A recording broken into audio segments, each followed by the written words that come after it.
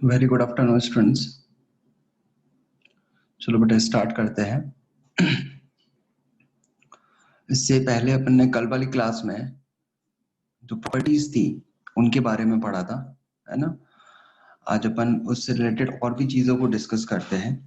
तो आज भी अपना जो लेक्चर रहेगा वो थ्योरेटिकली रहेगा, है ना, कंप्लीट थ्योरेटिकल रहेगा, है ना, जिसमें अपन डिस्कस करेंगे डायमैग्नेटिक, पैरामैग्नेटिक और फेरोमैग्नेटिक सब्सटेंस, है ना, उनके बारे में डिस्कस करेंगे। और एक दो फॉर्मूले भी है उसके अंदर, ठीक है, तो उनके बारे में करेंगे।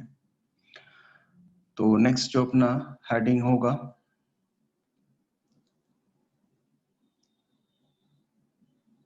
Classification of magnetic material.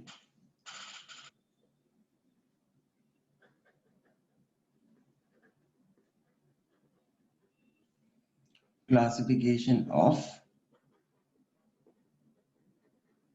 Magnetic materials. अब देखो मैग्नेटिक मटेरियल्स की अगर बात करते हैं अपन, तो मैग्नेटिक मटेरियल्स मेनली अपने पास तीन तरीके के आते हैं। कौन कौन से? डायमैग्नेटिक, फेरोमैग्नेटिक और पैरामैग्नेटिक सब्सटेंस, है ना। तो सबसे पहले जो अपन डिस्कस करेंगे वो करेंगे डायमैग्नेटिक सब्सटेंस।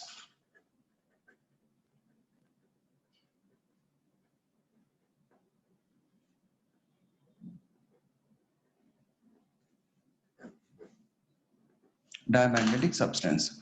अब देखो डायमैग्नेटिक सब्सटेंस, पहली चीज डायमैग्नेटिक सब्सटेंस कैसे होते हैं, जो मैग्नेटिक फील्ड में क्या होते हैं, अट्रैक्ट होते हैं या फिर रिपेल होते हैं, कोई बता सकता है? डायमैग्नेटिक सब्सटेंस जो होते हैं वो एक्सटर्नल मैग्नेटिक फील्ड में क्या होते हैं, अट्रैक्ट होते हैं या फिर रिपेल होते हैं? रिपेल होते हैं, है ना। तो इसको जो एक्सप्लेन करने के लिए अपन जो थ्योरी कहते हैं वो डोमेन थ्योरी है। अब होता क्या है, जैसे समझने की कोशिश करना। जैसे मान लेते हैं कि अगर इसके अंदर किसी भी सब्सटेंस की बात करें तो उसके अंदर क्या है, बहुत सारे एटम्स होंगे, और एटम्स है तो कंटिन्यू एटम्स जो है वो आउटर ऑर्बिट के अंदर क्या कर रहे हैं, रिवॉल्व कर रहे हैं, है ना। तो जैसे अगर बात की जाए कि यहाँ पे मैं कोई एटम बनाता हूँ कुछ इस तरीके से, है ना, और इसकी ये आउटर ऑर्बिट है ना, इसके अंदर ये न्यूक्लियस है जिसमें पॉजिटिव चार्ज और न्यूट्रॉन्स रहेंगे। अब होता क्या है कि जैसे अगर बात की जाए इलेक्ट्रॉन के लिए, जैसे मान लो ये इलेक्ट्रॉन जो है वो इस तरीके से रिवॉल्व कर रहा है, वेलोसिटी वेक्टर को मैं इस तरीके से रिप्रेजेंट कर रखा है, और इसका मतलब क्या हुआ, इसका जो ओमेगा है वो इस डायरेक्शन में है, इसके लिए जो ओमेगा है वो इस डायरेक्शन में है। अब देखो इसके अंदर अगर आपसे पूछा जाए, क्योंकि इलेक्ट्रॉन है वो कंटिन्यू क्या कर रहा है, रिवॉल्व कर रहा है, तो ये एक ऐसी चीज है जिसमें कि इलेक्ट्रॉन के रिवॉल्व होने की वजह से मैग्नेटिक मोमेंट, क्योंकि सर्कुलर लूप जो है वो कैसा बिहेव करेगा, जैसे कि वो क्या हो, मैग्नेटिक डायपोल हो। क्लियर है? तो उसके लिए अगर बात करें तो कुछ ना कुछ मैग्नेटिक मूवमेंट होगा। अगर आपसे पूछा जाए कि इलेक्ट्रॉन जो है वो यहाँ पे गिवन सिचुएशन में जैसे कि एंटी क्लॉकवाइज डायरेक्शन में मूव कर रहा है, इलेक्ट्रॉन जो है वो कौन सी डायरेक्शन में मूव कर रहा है, एंटी क्लॉकवाइज डायरेक्शन में, तो आप क्या ये बता सकते हो क्या इसके अंदर जो मैग्नेटिक मोमेंट होगा उसकी डायरेक्शन क्या होगी? अगर इलेक्ट्रॉन है वो एंटी क्लॉकवाइज इस तरीके से रोटेट हो रहा है तो इसके अंदर जो मैग्नेटिक मोमेंट मिलेगा आपको कौन सी डायरेक्शन में लगेगा?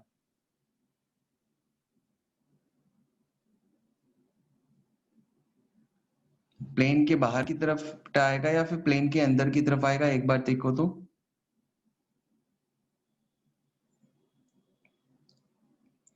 अच्छा, आपने सिंपल इलेक्ट्रॉन की वेलोसिटी को देखते हुए आपने डायरेक्टली कमेंट कर दिया, बट बेटा एक चीज बताओ कि यहाँ पे करंट है उसकी डायरेक्शन क्या है? क्या इलेक्ट्रॉन मूवमेंट कर रहा है क्या उसी डायरेक्शन में करंट की डायरेक्शन है क्या? भाई करंट की डायरेक्शन के अकॉर्डिंगली अपन राइट हैंड रूल से बताएंगे ना। क्लियर है? तो इसका मतलब जो इलेक्ट्रॉन के लिए आप डायरेक्शन लेके आप डायरेक्टली बता रहे थे कि सर इस तरीके से बाहर आना चाहिए, लेकिन ये तो इलेक्ट्रॉन के लिए है ना, और करंट होगी वो उसकी ऑपोजिट होगी। दैट मीन्स कि अगर मैं बताऊं तो मैग्नेटिक मोमेंट होगा वो अंदर की तरफ होगा, जिसको मैंने क्रॉस से रिप्रेजेंट किया है। क्लियर है? चलो ठीक है, बात समझ में आती है। अच्छा, आप अगर बात करोगे डायमैग्नेटिक सब्सटेंस के अंदर तो एक चीज ये कहोगे कि सर कुछ इलेक्ट्रॉन्स जो होते हैं वो तो सर एंटी क्लॉकवाइज रोटेट करेंगे, तो कुछ इलेक्ट्रॉन ऐसे भी तो होंगे जो क्लॉकवाइज रोटेट कर रहे होंगे। हाँ बिल्कुल सही बात है। अगर बात करें कि ये इलेक्ट्रॉन, जैसे मान लो कि इलेक्ट्रॉन जो है वो क्लॉकवाइज डायरेक्शन में रोटेट कर रहा है, ये न्यूक्लियस है ना। अब देखो इसके अंदर अगर आपसे पूछा जाए कि मैग्नेटिक मोमेंट, तो इसमें डायरेक्शन आप क्या बताओगे? इसमें मैग्नेटिक मोमेंट की जो डायरेक्शन होगी वो क्या होगी? Outside the plane. क्लियर है? वो जो मैग्नेटिक मोमेंट होगा वो किस डायरेक्शन में होगा? इस प्लेन के बाहर की तरफ है ना। तो मैं यहाँ पे बना देता हूं एम वेक्टर बाहर की तरफ है। अब देखो होता क्या है, ये तो क्या है जब एक्सटर्नल मैग्नेटिक फील्ड प्रेजेंट नहीं है। भाई अपन यहाँ पे ये चीज क्या कब डिस्कस कर रहे हैं, तो बी एक्सटर्नल क्या हो, जीरो हो, मींस बाहर से आपने कोई भी मैग्नेटिक फील्ड है वो नहीं लगाया है। क्लियर है? उस वाली डायरेक्शन में कुछ इलेक्ट्रॉन्स हैं उनका मैग्नेटिक मोमेंट ऊपर की तरफ आ रहा है और किसी के लिए प्लेन के अंदर की तरफ आ रहा है। चलो ठीक है, बात समझ में आती है। अब क्या हुआ कि आपने बाहर से कुछ एक्सटर्नल मैग्नेटिक फील्ड लगाया, बाहर से क्या लगाया, एक्सटर्नल मैग्नेटिक फील्ड लगाया। तो अब एक चीज बताओ कि external when B external is not equal to zero, अब बी एक्सटर्नल जीरो है नहीं है, तो इस वाली सिचुएशन में देखो एक चीज आपने पढ़ी है कि जब भी कोई भी चार्ज है, रिमाइंड करो, अगर कोई भी चार्ज है वो एक्सटर्नल मैग्नेटिक फील्ड में मूव कर रहा होता है तो उसके ऊपर क्या लगता है, फोर्स लगता है, जिसको आप क्यू वी बी से रिप्रेजेंट करते हो, Q V vector cross B vector.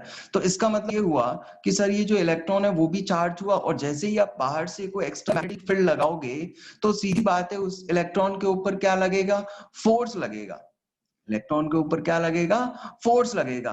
तो इसका मतलब ये हुआ कि सर इसके अंदर जो मैग्नेटिक मोमेंट है, बेसिकली जो स्पीड है इलेक्ट्रॉन की, वो क्या होगी, बढ़ जाएगी।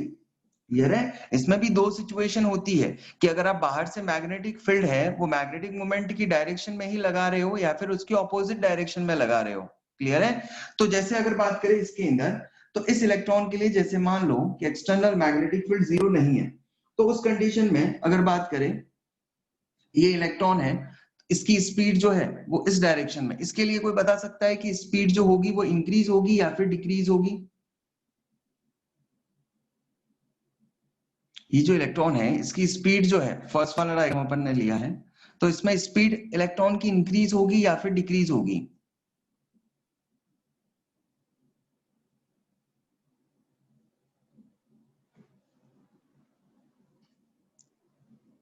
कोई कमेंट कर सकते हो इसके ऊपर, सर स्पीड इंक्रीज होगी या फिर डिक्रीज होगी? आपने कहा डिक्रीज होगी। अच्छा, कोई रीजन बता सकता है डिक्रीज क्यों होगी?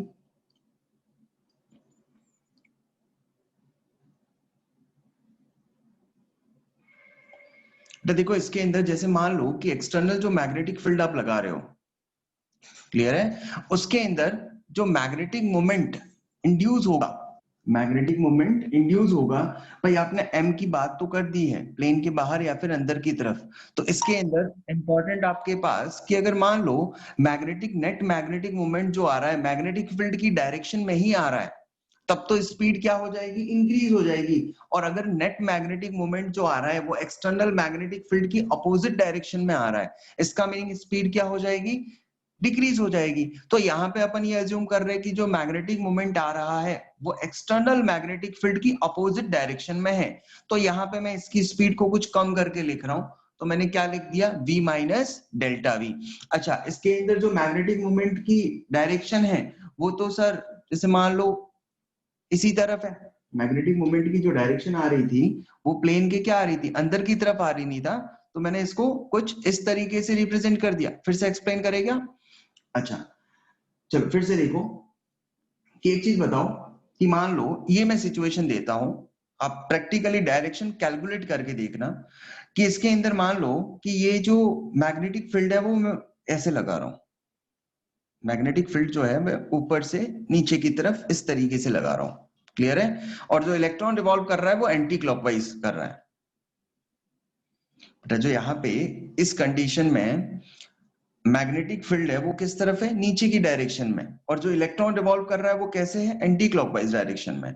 तो इसके लिए आप बता सकते हो कि इसके ऊपर फोर्स कौन सी डायरेक्शन में लगेगा, इसके लिए फोर्स की डायरेक्शन आप बता सकते हो क्या।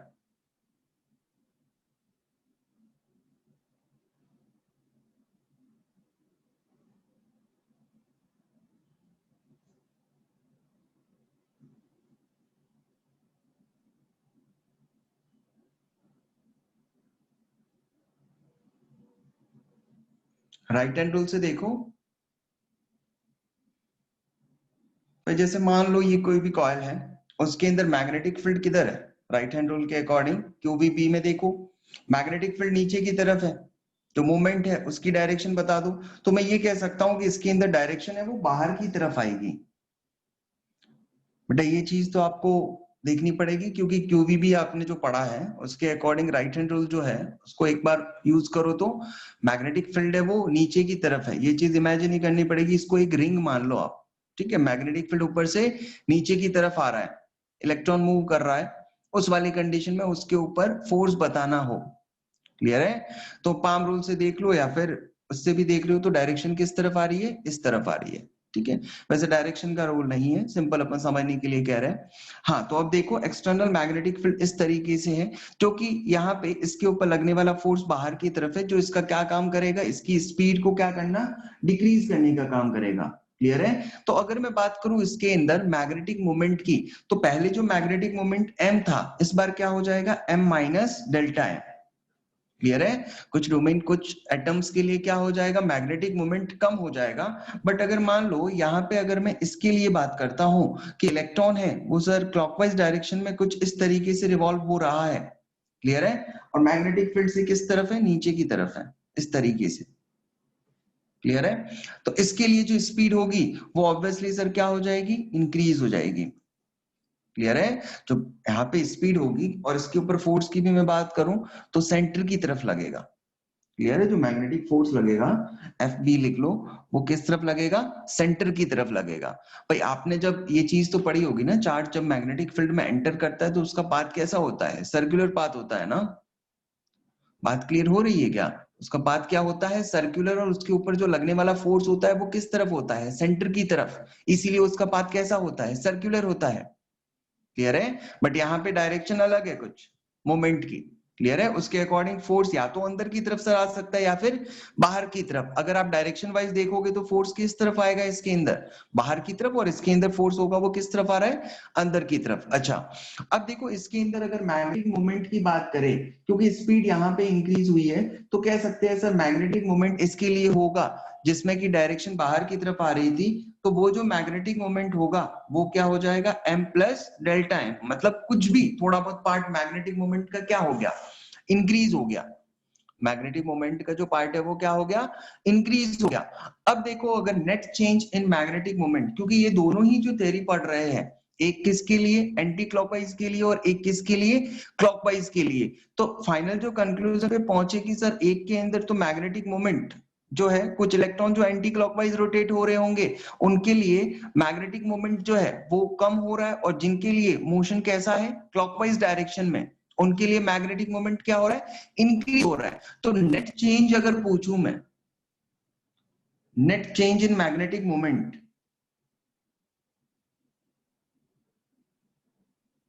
तो वो आप क्या बताओगे, नेट चेंज क्या बताओगे सर? इसके अंदर ये जो चीज है, जैसे देखो m minus delta m minus m plus delta m, ये आ गया अपने पास नेट चेंज। तो m नेट जो मैं लिख सकता हूं, वो मैं क्या लिख सकता हूं सर, m ये नेगेटिव साइन है तो m तो कैंसिल आउट हो गया, और ये था डेल्टा m, और ये भी क्या है, डेल्टा m, और यहाँ ये नेगेटिव मल्टीप्लाई हो जाएगा, तो रिजल्ट आएगा 2 डेल्टा m। क्लियर है? यहाँ पे नेट मैग्नेटिक मोमेंट जो आया, उसके आगे साइन क्या है, नेगेटिव। क्लियर है? या फिर इसकी प्रॉपर्टी के अकॉर्डिंगली मैं देखूं तो एक चीज समझ में आती है कि अगर नेट मैग्नेटिक मोमेंट नेगेटिव आ रहा है, तो इसका मतलब ये हुआ कि इसके अंदर जो नेट मैग्नेटिक मोमेंट अगर नेगेटिव आ रहा है, तो इसका मतलब ये हुआ कि एक्सटर्नल मैग्नेटिक फील्ड में क्या होगा, रिपेल होगा। एक्सटर्नल मैग्नेटिक फील्ड में क्या होगा, रिपेल होगा। बेटा ये डाउट तो नहीं है इसके अंदर? एक बार डाउट हो तो पूछ लो, एक बार देख लो, सोच लो अच्छे से। बेटा कोई डाउट हो तो पूछ लो डायमैग्नेटिक सब्सटेंस के अंदर।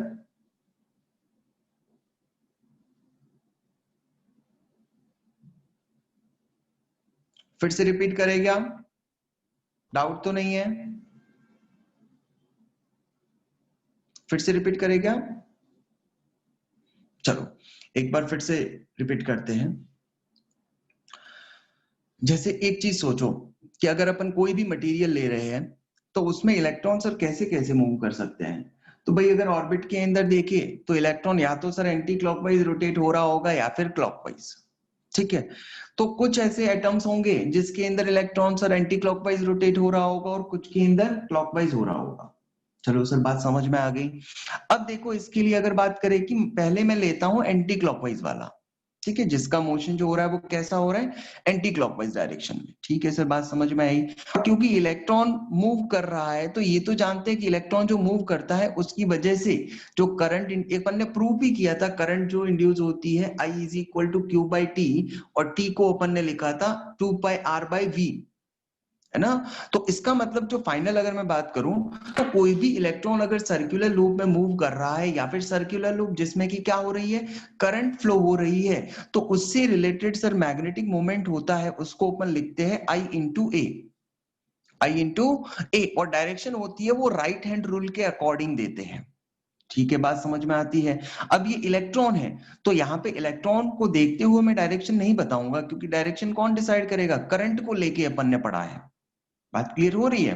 तो करंट के अकॉर्डिंग डायरेक्शन देखी तो समझ में आया कि सर ये जो रिंग सी बन रही है, इसके अंदर जो मैग्नेटिक मोमेंट आ रहा है वो अंदर की तरफ आ रहा है।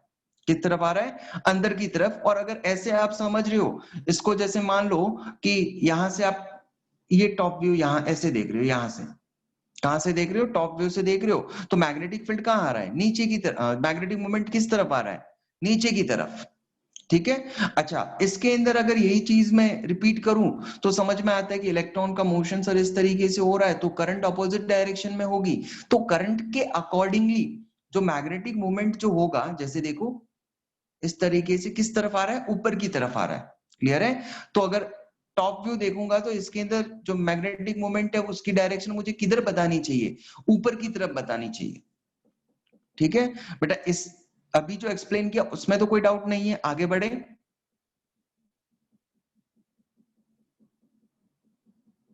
ठीक है, अब देखो नेक्स्ट स्टेप।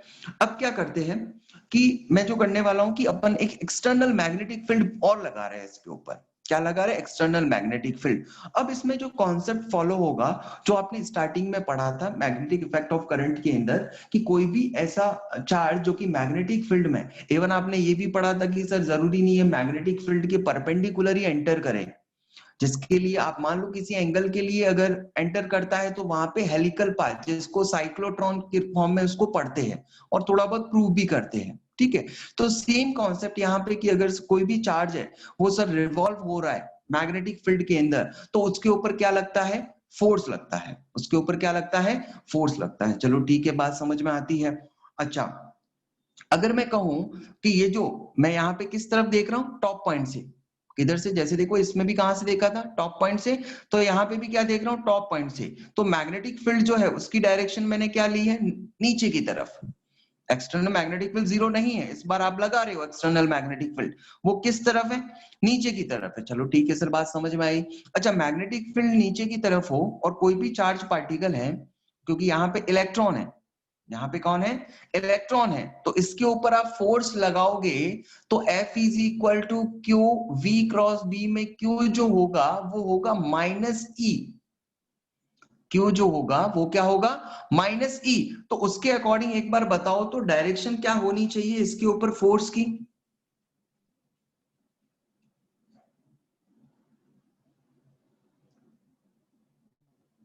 मैग्नेटिक फील्ड किस तरफ है? नीचे की तरफ है। इसका जो मूवमेंट हो रहा है वो किस तरफ हो रहा है? एंटी क्लॉकवाइज डायरेक्शन में।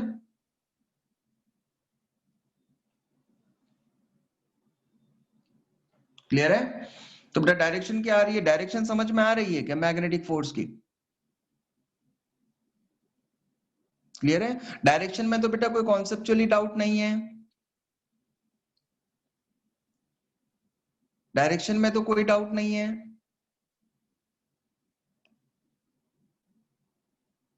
हाँ बेटा, प्लेन के अंदर ही है। और लेकिन अपन ऊपर से देख रहे हैं ना, इसीलिए तो अपन, क्योंकि प्लेन के अंदर देखते तो थोड़ा सा आपको इमेजिन उस तरीके से करना पड़ता। मान लो अपन ऊपर से देख रहे हैं, अगर इमेजिन कर पाते हो तो ठीक है ना? प्लेन के अंदर, क्योंकि पहले ही मैंने क्रॉस भी बनाया था, ये रहा। ठीक है, मैग्नेटिक फील्ड है वो अंदर की तरफ है, मैग्नेटिक फील्ड है ना? ठीक है, तो इसके ऊपर फोर्स सर बाहर की तरफ आ गया। चलो ठीक है सर, बात समझ में आ गई है। अच्छा, तो अब देखो इसके अंदर, हाँ बिल्कुल आउटवर्ड नॉर्मल है ना? और सेम चीज, यही चीज मैं यहाँ पे रिपीट ना करनी पड़े, इसीलिए देखो जब स्पीड को जब आपने एंटी क्लॉकवाइज नहीं थी, क्लॉकवाइज की, तो फोर्स ऑब्वियसली सर अंदर की तरफ लगेगा। भाई जब ये चीज समझ में आई तो इसमें भी डाउट नहीं होना चाहिए, क्योंकि डायरेक्शन आपने चेंज की है। तो 180 का वेरिएशन हो जाएगा सर, बाहर है तो वो अंदर की तरफ हो जाएगा। क्लियर है? और ये तो आपने सर्कुलर लूप जब चार्ज के लिए बनाया था तब भी सर्कल तो बनाया ही था, फोर्स को देखते हुए। क्लियर है? इसमें भी डायरेक्शन वाइज तो डाउट नहीं है। ठीक है, अब देखो कि यहाँ पे फोर्स जो लग रहा है वो टेंजेंशियली बाहर की तरफ लग रहा है। तो एक चीज बताओ, इसके अंदर एक जो चार्ज पार्टिकल है, एक की स्पीड क्या हो जाएगी? इंक्रीज होगी, और एक के लिए स्पीड क्या हो जाएगी? डिक्रीज हो जाएगी। बात क्लियर हो रही है?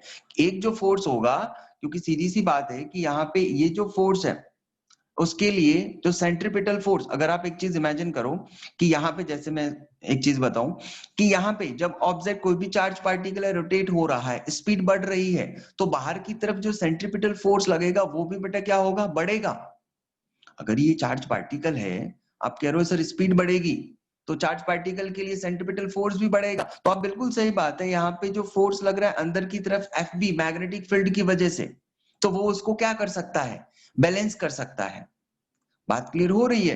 तो इसका मतलब सर वहां पे स्पीड क्या होगी? इंक्रीज होगी, और इस वाले केस में स्पीड क्या हो जाएगी? डिक्रीज हो जाएगी। क्लियर है? अच्छा, स्पीड डिक्रीज हुई तो इसका मतलब क्या हुआ कि मैग्नेटिक मोमेंट सर क्या हो जाएगा? एक का डिक्रीज हो जाएगा और एक का मैग्नेटिक मोमेंट क्या हो जाएगा? इंक्रीज हो जाएगा। और डायरेक्शन जो अपन ने पहले से बताई थी मैग्नेटिक मोमेंट की, करंट को देखते हुए, तो वही डायरेक्शन रहेगी, बट एक का मैग्नेटिक मोमेंट इंक्रीज हो जाएगा और एक का डिक्रीज हो जाएगा। ठीक है? अच्छा, ये जो भी स्टोरी अपन बात कर रहे हैं वो किसके अंदर है? उस डायमैग्नेटिक सब्सटेंस के अंदर ही तो है।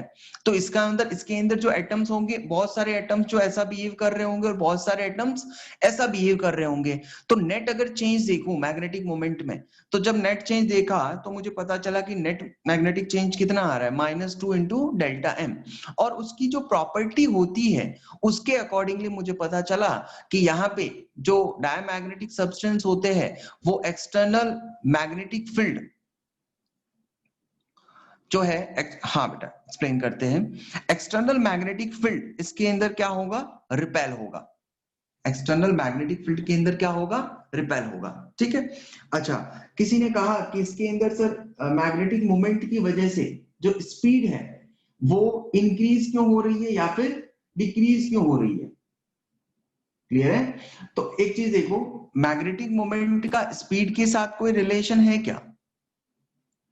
याद करो, m is equal to I into A से I को क्या लिखा था, Q by T, Q by T.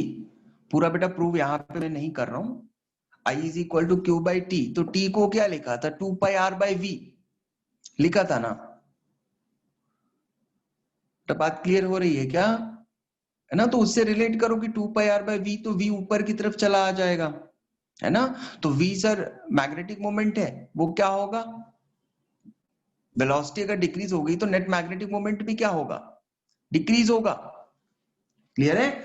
अब इसमें चाहो तो आप कंपोनेंट फोर्स का, कंपोनेंट वगैरह उन चीजों को लेके भी डिस्कस कर सकते हो, ठीक है। बट यहाँ पे थ्योरेटिकली यही चीज ध्यान रखनी कि सर एक की स्पीड क्या होती है, इंक्रीज होती है, और एक की डिक्रीज होती है। तो नेट चेंज अपने पास कितना आता है, -2 डेल्टा एम। तो उसके अकॉर्डिंगली क्या होता है कि एक्सटर्नल मैग्नेटिक फील्ड में रिपेल होगा। ये थ्योरेटिकली आपको याद रखना है। अच्छा, अब देखो दूसरे मटेरियल की अपन बात करते हैं। बेटा पूरा थ्योरेटिकल है ना, इस चीज को देखना। बाकी अपन ने जो प्रूव कर सकते थे वो प्रूव कर लिया, ठीक है। अच्छा, अब देखो डायमैग्नेटिक सब्सटेंस के अलावा नेक्स्ट जो है उसके अंदर बताओ, अगर मैं आपसे पूछूं कि पैरामैग्नेटिक सब्सटेंस जो होते हैं, पैरामैग्नेटिक सब्सटेंस, तो अगर इसके बारे में एक चीज पूछूं कि पैरामैग्नेटिक सब्सटेंस है वो एक्सटर्नल मैग्नेटिक फील्ड में क्या होते हैं, रिपेल होते हैं या अट्रैक्ट होते हैं या स्ट्रॉन्ग अट्रैक्ट होते हैं?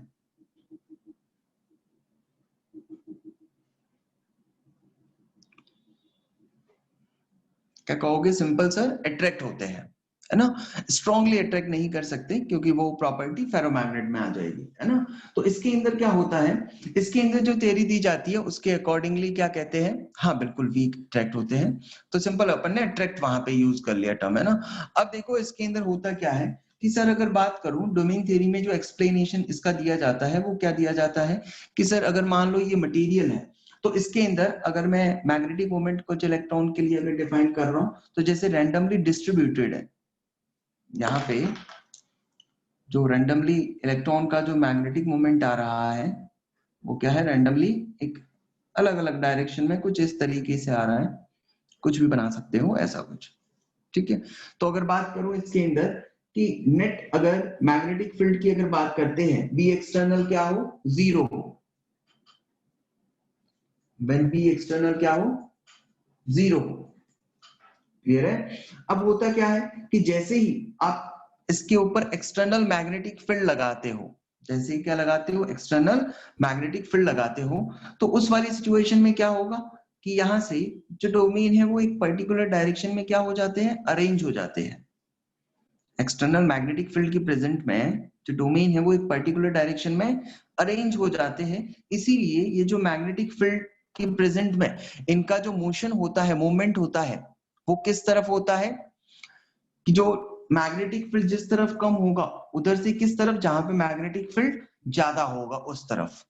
क्लियर है? तो पैरामैग्नेटिक सब्सटेंस क्या होते हैं कि sir external magnetic field, external magnetic field के अंदर उनके जो डोमेन होते हैं, क्लियर है, वो एक पर्टिकुलर डायरेक्शन के अंदर अरेंज हो जाते हैं। और उनका जो नेचर होता है वो इस तरीके से होता है कि उनका अट्रैक्शन होता है वो वीक अट्रैक्शन होता है ना। इफेक्टिवली जो स्ट्रॉन्ग अट्रैक्शन की बात करते हो वो पैरामैग्नेटिक सब्सटेंस में नहीं करते हैं, ठीक है। अच्छा, इससे रिलेटेड एक साइंटिस्ट आया था जिसको अपन क्यूरी कहते हैं, और क्यूरीज लॉ जो पढ़ते हैं, है ना। तो नेक्स्ट उसके बारे में भी देख लेते हैं। क्यूरीज लॉ के अकॉर्डिंग उसने क्या बताया कि जो आपके पास मैग्नेटिक मटेरियल है, क्लियर है, तो उसके लिए उसने बताया कि मैग्नेटिक इंटेंसिटी जो है, मैग्नेटिक फील्ड इंटेंसिटी, क्लियर है, उसके लिए बताया कि वो जो इनवर्सली प्रोपोर्शनल है कुछ इस तरीके से, टेम्परेचर के साथ क्या है, इनवर्सली प्रोपोर्शनल। और जिसको आप कहते हैं मैग्नेटाइजिंग फील्ड इंटेंसिटी, जिसको अपन ने किससे रिप्रेजेंट किया था, एच से, क्लियर है, वो डायरेक्टली क्या होते हैं, प्रोपोर्शनल होता है एच के, और टी जो है वो है टेम्परेचर। सीधी सी बात है, अगर कोई भी मैग्नेट हो उसकी मैग्नेटिक प्रॉपर्टी को अगर खत्म करनी है तो क्या कर लो, तो उसको या तो किसी टेम्परेचर बढ़ा दो या प्रेशर बढ़ा दो, ये सारे फैक्टर होंगे जिससे मैग्नेटिक प्रॉपर्टी उसकी क्या हो जाती है, कम हो जाती है, ठीक है। तो उसके अकॉर्डिंगली कि अगर आप टेम्परेचर बढ़ाओगे तो मैग्नेटिक मोमेंट क्या हो जाएगा, कम हो जाएगा। और अगर बात करते हैं कि मैग्नेटाइजिंग फील्ड इंटेंसिटी जो H है उसको आप बढ़ाओगे तो सीधी सी बात है मैग्नेटिक मोमेंट है वो भी क्या हो जाएगा, इंक्रीज हो जाएगा। तो यहाँ से एक चीज कहते हैं कि जब सर प्रोपोर्शनलिटी साइन है तो यहाँ पे इसको हटाएंगे तो एक कांस्टेंट आएगा जिसको क्यूरीज कांस्टेंट बोलते हैं। क्लियर है? तो यहाँ पे m इज इक्वल टू मैं लिख सकता हूँ CH/T, या फिर इसको अगर मैं लिखूं M/H is equal to C/T। M/H is equal to C/T। कोई बता सकता है कि M/H को क्या लिख सकते हैं? M/H को क्या लिख सकते हैं?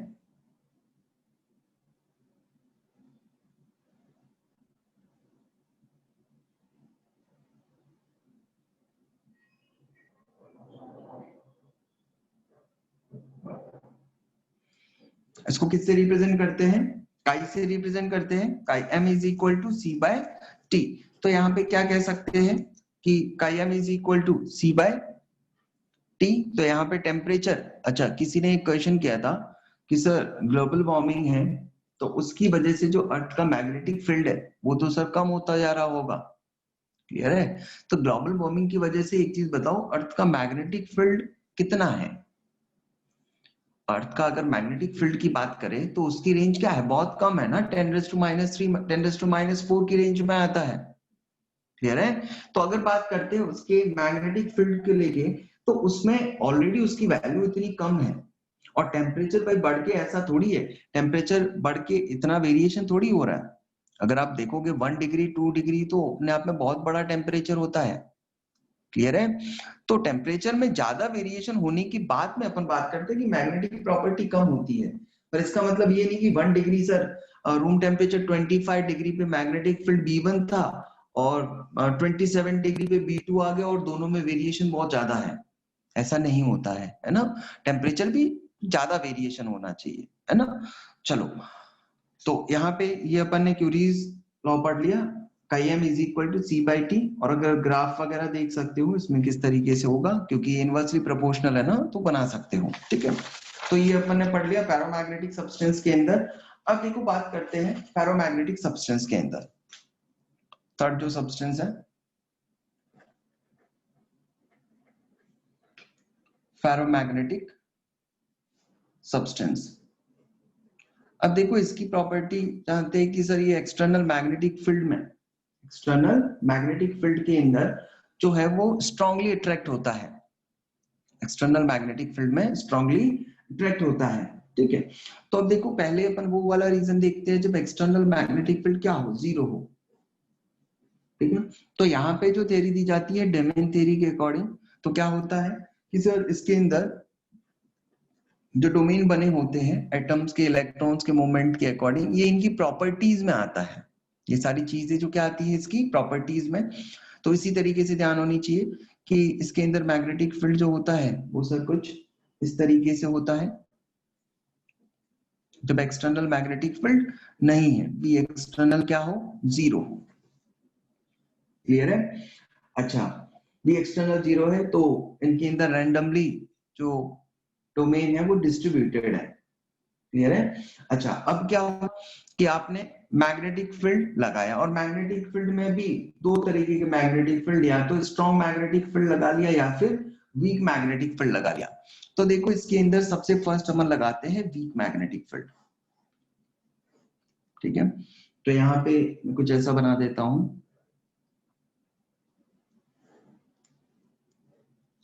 क्लियर है? और इसके अंदर कह देता हूं कि इसके अंदर एक्सटर्नल मैग्नेटिक फील्ड की वजह से इसके अंदर कुछ डोमेन है वो तो एक पर्टिकुलर डायरेक्शन में क्या हो गए, सेटअप हो गए, और कुछ डोमेन है इनकी जो डायरेक्शन आ रही है वो कुछ इस तरीके से आ रही है। ठीक है, यहां पे क्या है, ये वीक मैग्नेटिक फील्ड। ठीक है, यहाँ पे भी अगर आप बहुत कम मैग्नेटिक फील्ड लगाओगे तो वो अट्रैक्ट तो होंगे, है ना, लेकिन जो अट्रैक्ट होने की टेंडेंसी होगी जिसको अपन कहते हैं कि फेरोमैग्नेटिक सब्सटेंस क्या होते हैं, स्ट्रॉन्ग मैग्नेटिक फील्ड मींस उनकी जो टेंडेंसी रहती है वो lower magnetic field to higher magnetic field में इनका मूवमेंट होता है। तो सीधी सी बात है, यहाँ पे अट्रैक्शन होगा थोड़ा सा कम होगा अगर एक्सटर्नल मैग्नेटिक फील्ड क्या है, कम है। अच्छा, इसी के अंदर अगर स्ट्रॉन्ग मैग्नेटिक फील्ड हो,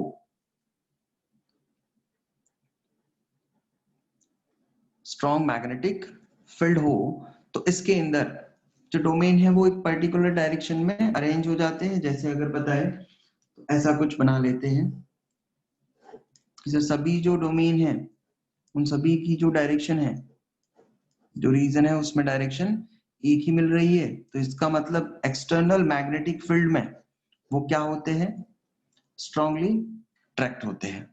क्लियर है? तो ये डोमेन थ्योरी के अकॉर्डिंगली फेरोमैग्नेटिक सब्सटेंस को एक्सप्लेन करते हैं, और आपको बेटा इसी तरीके से ध्यान रखना है, इसी में लिखना है ना। और पॉइंट वाइज आप समझ सकते हो डायमैग्नेटिक, फेरोमैग्नेटिक और जो पैरामैग्नेटिक सब्सटेंस है उनके बारे में डिफरेंस वगैरह, उनके कौन कौन से हो सकते हैं, इसके एग्जाम्पल क्या हो सकते हैं, कौन कौन सा बिहेवियर रखते हैं, है ना। वो सारी चीजें भी इसके अंदर कवर कर सकते हो। ठीक है, तो ये अपन ने इन पैरामैग्नेटिक सब्सटेंस वगैरह उनकी प्रॉपर्टीज के बारे में देखा, और उनके अंदर डिफरेंस वगैरह आप देख सकते हो। अब देखो इसके अंदर जो आपके पास है नेक्स्ट, जो बीएच कर्व, नेक्स्ट टॉपिक है वो है बीएच कर्व। बेटा एक चीज बताओ, तो बीएच कर्व आपके सिलेबस में है क्या? क्योंकि सिलेबस कुछ पार्ट कम किया है, तो लास्ट वाला ये टॉपिक बीएच कर्व आपके सिलेबस में है क्या? स्ट्रेसेस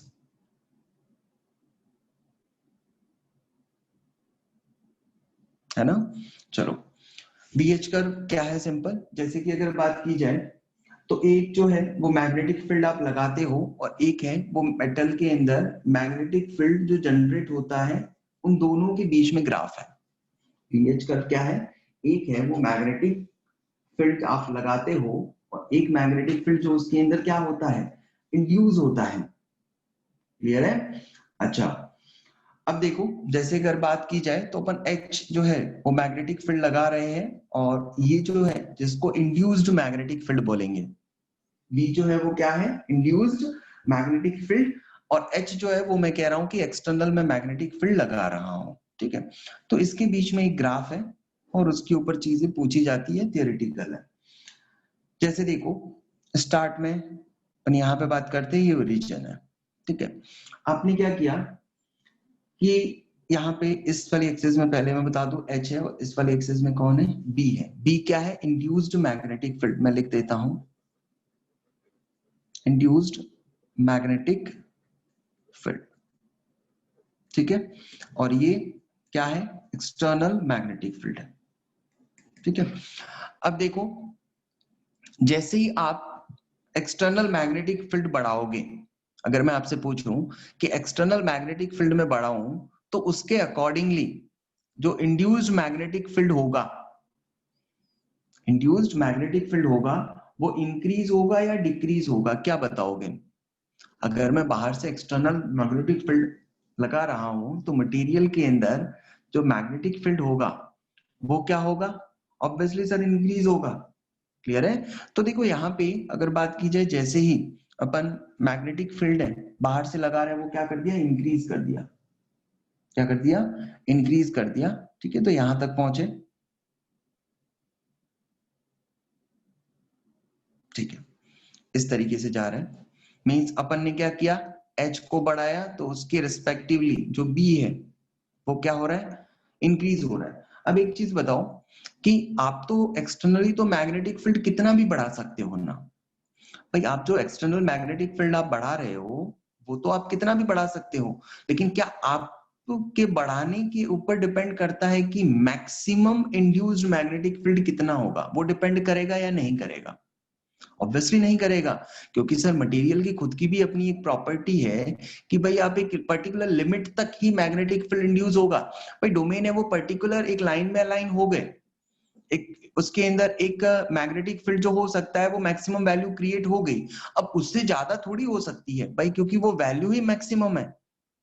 बात क्लियर हो रही है? तो इसका मतलब हुआ कि ये जो पॉइंट है, ए वाला जो पॉइंट है, इसके बाद अगर मैं मैग्नेटिक फील्ड बढ़ाता हूं, ध्यान से सुनो, अगर मैं मैग्नेटिक फील्ड क्या करता हूं, इंक्रीज कर रहा हूं, एच की वैल्यू में इंक्रीज कर रहा हूं, लेकिन उसके करस्पॉन्डिंग जो बी है इंड्यूस्ड मैग्नेटिक फील्ड बेटा, उसके अंदर कोई भी चेंज नहीं होगा, जिसको मैं सैचुरेशन पॉइंट भी कह सकता हूं। ये जो पॉइंट है सैचुरेशन पॉइंट भी कह सकता हूं। मींस जो मैग्नेटिक फील्ड इंड्यूस होगा उसकी एक पर्टिकुलर लिमिट होगी, तो उससे ज्यादा आप इंक्रीज नहीं कर सकते, और वो डिपेंड करता है मटेरियल के ऊपर। चलो ठीक है, बात समझ में आई। अब क्या किया कि आपने जो मैग्नेटिक फील्ड है उसको कम करना स्टार्ट कर दिया। आपने मैग्नेटिक फील्ड को क्या किया, कम करना स्टार्ट कर दिया। आप मैग्नेटिक फील्ड, अच्छा मैग्नेटिक फील्ड को अगर आप करोगे तो क्या जिस मटेरियल के ऊपर आपने मैग्नेटिक फील्ड लगाया था उसके अंदर क्या इंड्यूस्ड मैग्नेटिक फील्ड जीरो हो जाएगा क्या?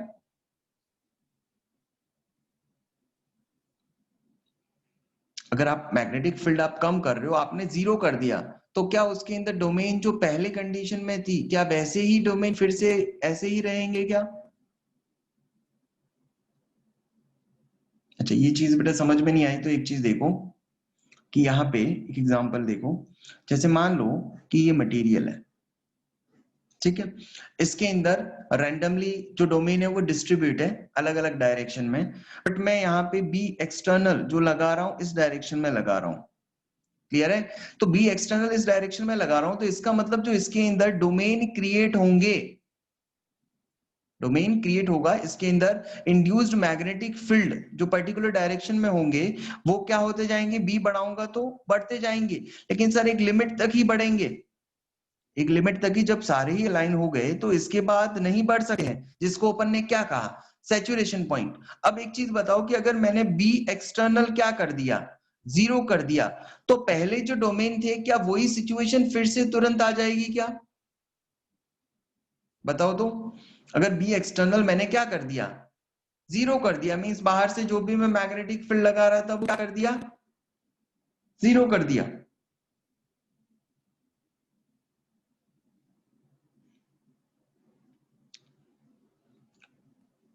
तो वहां पे उसके अंदर डोमेन ऐसे इसी तरीके से अलाइन रहेंगे या फिर पहले की तरह हो जाएंगे?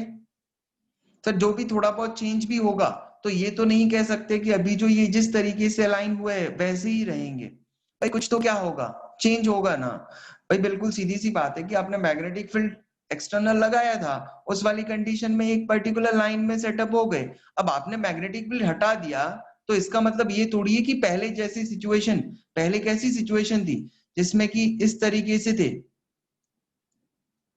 क्लियर है? तो ऐसी सिचुएशन में फिर से वो नहीं आ पाएंगे। भाई कुछ तो मैग्नेटिक फील्ड इंड्यूस होगा ही सही, रहेगा ही सही। क्लियर है? तो ये वो वाला पॉइंट है जहां पे मैंने जो है मैग्नेटिक फील्ड क्या कर दिया, एक्सटर्नल मैग्नेटिक फील्ड जीरो कर दिया। देखो एच की वैल्यू क्या है, जीरो, लेकिन इंड्यूस्ड मैग्नेटिक फील्ड यहां से कुछ कम तो हुआ है सर। तो यहाँ पे लिमिट ये आ रही थी, तो कम तो हुआ है सर, लेकिन ज्यादा कम नहीं हुआ। क्लियर है? कुछ तो डोमेन होंगे वो उसी डायरेक्शन में रहेंगे। क्लियर है? अच्छा, अब क्या आप चाहते हो कि ये जो डोमेन है, भाई कुछ जो इलेक्ट्रॉन पेयर है उनकी डायरेक्शन तो चेंज हो गई, आप चाहते हो कि इसके अंदर पहले जैसी ऐसी सिचुएशन आ जाए, तो आप क्या करोगे, मैग्नेटिक फील्ड की डायरेक्शन क्या करोगे, चेंज करोगे। भाई पहले से रैंडमली इस तरीके से डिस्ट्रीब्यूट थे, तो मैं चाहता हूं कि ऐसे ही रैंडमली डिस्ट्रीब्यूट हो जाए फिर से। तो एक्सटर्नल मैग्नेटिक फील्ड जो लगा रहा हूं, इसको एच है ना, एक्सटर्नल मैग्नेटिक फील्ड जो लगा रहा हूं मैं उसकी डायरेक्शन में क्या करूंगा, चेंज करूंगा। बात क्लियर हो रही है? जब मैंने एच की डायरेक्शन को क्या किया, चेंज किया, जब मैंने एच की डायरेक्शन को क्या किया, चेंज किया, तो उस वाली कंडीशन में जो उसके अंदर इंड्यूस्ड मैग्नेटिक फील्ड है वो क्या हो गया, जीरो। इंड्यूस्ड मैग्नेटिक फील्ड है वो क्या हो गया, जीरो। मींस पहले जैसी सिचुएशन आ गई। भाई सीधी सी बात है, ऑपोजिट डायरेक्शन में लगा रहे हो तो उस वाली कंडीशन में क्या होगा कि पहले जैसे मान लो लेफ्ट डायरेक्शन में थे डोमेन। बेटा ये बात समझ में आ रही है या फिर से रिपीट करें? ये बात क्लियर हो रही है क्या? फिर से रिपीट करेगा?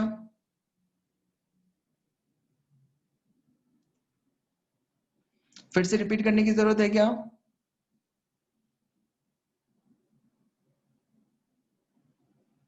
है ना? चलो अब देखो कि आपने एक्सटर्नल मैग्नेटिक फील्ड क्या कर दिया, अब आपने डायरेक्शन चेंज कर ली, इसीलिए देखो एच की डायरेक्शन यहां से लेफ्ट डायरेक्शन में आ रही है। आपने तो एक वैल्यू तक बढ़ा दिया, मैग्नेटिक फील्ड जो इंड्यूस हुआ था वो तो अब कितना हो गया, 0 हो गया। लेकिन आप चाहते हो कि सर 0 नहीं हो, आप तो चाहते हो कि अब इंड्यूस मैग्नेटिक फील्ड है, पहले डोमेन सर इस डायरेक्शन में थे, राइट डायरेक्शन में, अब मैंने किस में कन्वर्ट कर दिया, इस वाली सिचुएशन में कर दिया। अब मैं चाहता हूं कि वो डोमेन फिर से किस तरफ हो जाए, लेफ्ट डायरेक्शन में हो जाए। मींस इंड्यूस मैग्नेटिक फील्ड भी अपनी डायरेक्शन क्या कर दे, चेंज कर दे। तो आप मैग्नेटिक फील्ड की डायरेक्शन नेगेटिव रखते हुए उसकी वैल्यू को क्या करते जाओगे, बढ़ाते जाओगे। क्लियर है? तो आप मैग्नेटिक एक्सटर्नल मैग्नेटिक फील्ड की डायरेक्शन बढ़ाते गए और एक कंडीशन पे आ गए, एक पर्टिकुलर एच के ऊपर, एक पर्टिकुलर नेगेटिव एच के ऊपर बी की जो वैल्यू हो गई वो क्या हो गई, नेगेटिव। मींस जो डोमेन है उन्होंने अपनी डायरेक्शन को क्या कर दिया, चेंज कर दिया। लेकिन यहां पे फिर से क्या आएगा, सैचुरेशन की सर इससे ज्यादा उसके अंदर जो इंड्यूस मैग्नेटिक फील्ड है वो इंक्रीज नहीं हो सकता। तो इसको क्या बोल सकते हैं, सैचुरेशन पॉइंट। क्लियर है? चलो ठीक है, इस बार जो डोमेन हुए उन्होंने अपनी डायरेक्शन को चेंज कर दिया। अब चाहते हो कि जो डोमेन पर्टिकुलर डायरेक्शन में ऑपोजिट हुए थे, अब फिर से मैं चाहता हूं कि मैग्नेटिक जो इंड्यूस्ड मैग्नेटिक फील्ड है उसको फिर से मुझे पॉजिटिव करना है। क्लियर है? इस डायरेक्शन में फिर से करना है। तो मुझे क्या करना चाहिए कि सीधी सी बात है, एच की वैल्यू को मैं क्या कर दूं, जो मैं अभी ऑपोजिट डायरेक्शन में लगा रहा था उस वैल्यू को अब मैं क्या कर दूं, 0 कर दूं। तो ऐसा ऑब्जर्व किया, जब 0 किया तो फिर भी उसके अंदर कुछ तो magnetic induce magnetic field remaining बचेगा। भाई लेफ्ट के अंदर ये अरेंज हो गए तो अब ऐसा तो नहीं है कि लेफ्ट के अंदर ही परमानेंट रहेंगे, कुछ तो क्या हो गए, डिस्टर्ब हो गए। तो थोड़ा बहुत इसके अंदर इंड्यूस मैग्नेटिक फील्ड क्या हो गया, कम हो गया, लेकिन डायरेक्शन से नेगेटिव है। क्लियर है? अब आप चाहते हो कि इंड्यूस्ड मैग्नेटिक फील्ड जो है वो पॉजिटिव हो, जो पहले वाली सिचुएशन है वो फिर से अचीव हो। तो अब क्या करोगे कि सर जो नेगेटिव डायरेक्शन में मैं एक्सटर्नल मैग्नेटिक फील्ड लगा रहा था उसकी डायरेक्शन को मैं क्या कर दूं, चेंज कर दूं, फिर से क्या कर दूं, पॉजिटिव कर दूं। तो जैसे ही मैंने डायरेक्शन क्या कर दी इसके अंदर, पॉजिटिव कर दी। क्लियर है? तो यहां पर देखो तो एच की वैल्यू में क्या कर दी, पॉजिटिव कर दी। तो जब पॉजिटिव करते हुए जब पर्टिकुलर वैल्यू के ऊपर इंड्यूस्ड मैग्नेटिक फील्ड उसके अंदर कितना हो गया, 0, पहले वाली सिचुएशन आ गई। मैंने डायरेक्शन क्या कर दी, चेंज कर दी, पर्टिकुलर मैक्सिमम वैल्यू तक लगाया, उसके बाद क्या हो गया, उसके अंदर इंड्यूस्ड मैग्नेटिक फील्ड कितना हो गया, 0। अगर मैं चाहता हूं कि इसके अंदर डायरेक्शन पहले जैसी हो जाए तो फिर से मुझे क्या करना पड़ेगा, मैग्नेटिक फील्ड इंक्रीज करना पड़ेगा। तो मैग्नेटिक फील्ड जैसे ही इंक्रीज किया तो ये जो ग्राफ है वो कुछ यहाँ पे जाके कुछ ऐसा मिल गया। क्लियर है बेटा? ये चीज समझ में आई है क्या? बीएच कर्व है,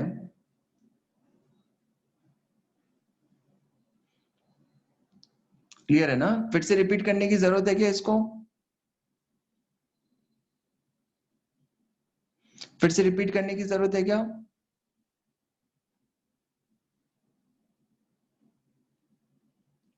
चलो ठीक है, ठीक है। तो ये अपन ने, अच्छा ठीक है, एक बार रिपीट कर लेते। बेसिकली अपन कर क्या रहे हैं, अपन ऐसा समझो कि एक गेम सा खेल रहे हैं जिसमें कि कोई भी मटेरियल अपन ने ले लिया, मैग्नेटिक मटेरियल, इस चीज को समझो, मैग्नेटिक मटेरियल ले लिया।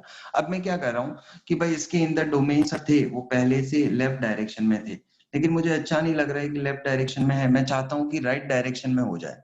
तो सीधी सी बात है, मैं मैग्नेटिक फील्ड कैसे राइट डायरेक्शन में लगाऊंगा। क्लियर है?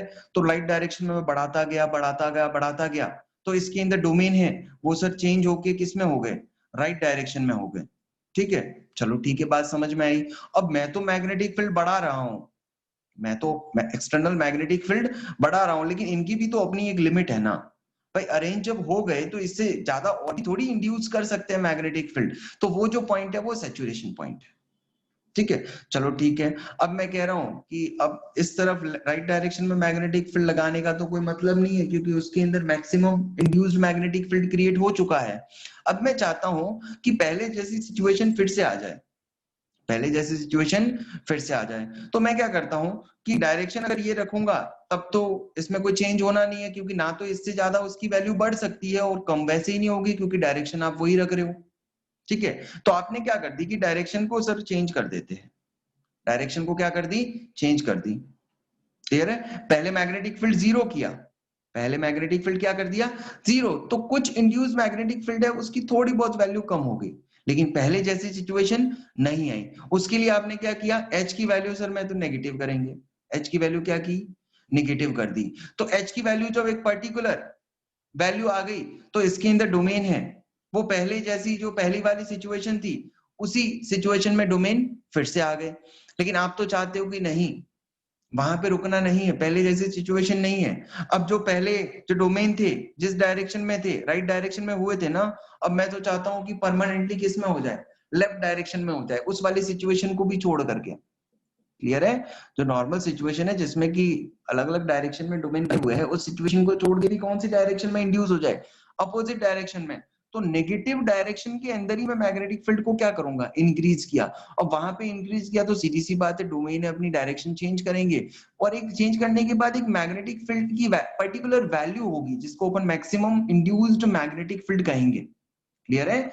वो सैचुरेशन पॉइंट आया। अब सर अगर डायरेक्शन आपने नेगेटिव भी कर दी है, मैक्सिमम वैल्यू भी कर दी, अब बढ़ा भी रहे हो, फिर भी उसमें डोमेन है उन्होंने डायरेक्शन चेंज कर दी और एक वैल्यू भी अचीव कर ली, अब इससे ज्यादा चेंज नहीं हो सकता, तो वो पॉइंट क्या कह दिया, सैचुरेशन पॉइंट। अब आप कहते हो कि चलो डायरेक्शन भी चेंज हो गई, लेकिन वो भी अच्छा नहीं लग रहा है, उसको फिर से चाहते हो कि फिर से इसकी डायरेक्शन पहले जैसी फिर से हो जाए, तो क्या करोगे कि अब की बार मैं क्या कर दूं कि जो मैग्नेटिक फील्ड में अपोजिट डायरेक्शन में लगाया था पहले तो जीरो करके देखता हूं।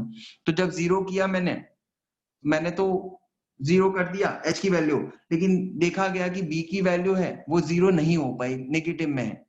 मींस पहले से अपोजिट डायरेक्शन में डोमेन अभी भी क्रिएट हो रखे हैं। क्लियर है? तो फिर से वही वाली सिचुएशन अचीव करने के लिए अब की बार में एच की वैल्यू को क्या लगाता हूं, पॉजिटिव डायरेक्शन में, तो फिर से ग्राफ ऐसा कुछ मिला है। ठीक है, चलो तो ये अपन ने एक्सप्लेन कर दिया। अब देखो इसके बाद जो अपन टॉपिक स्टार्ट करेंगे, photo electric effect, dual nature of radiation and matter, है ना। ये मैग्नेटिक फील्ड इंटेंस जो मैग्नेटाइजेशन है वो कंप्लीट हो गया है अपना, है ना। चलो बेटा इसके अंदर डाउट तो नहीं है? ठीक है, तो बेटा इससे आगे अपन नेक्स्ट क्लास में करते हैं। ठीक है, आज के लिए बहुत है। ठीक है, और नेक्स्ट क्लास में अपन हाँ न्यू चैप्टर बेटा स्टार्ट करेंगे, फोटो इलेक्ट्रिक इफेक्ट, है ना, dual nature of radiation and matter. ठीक, चलो बेटा थैंक यू।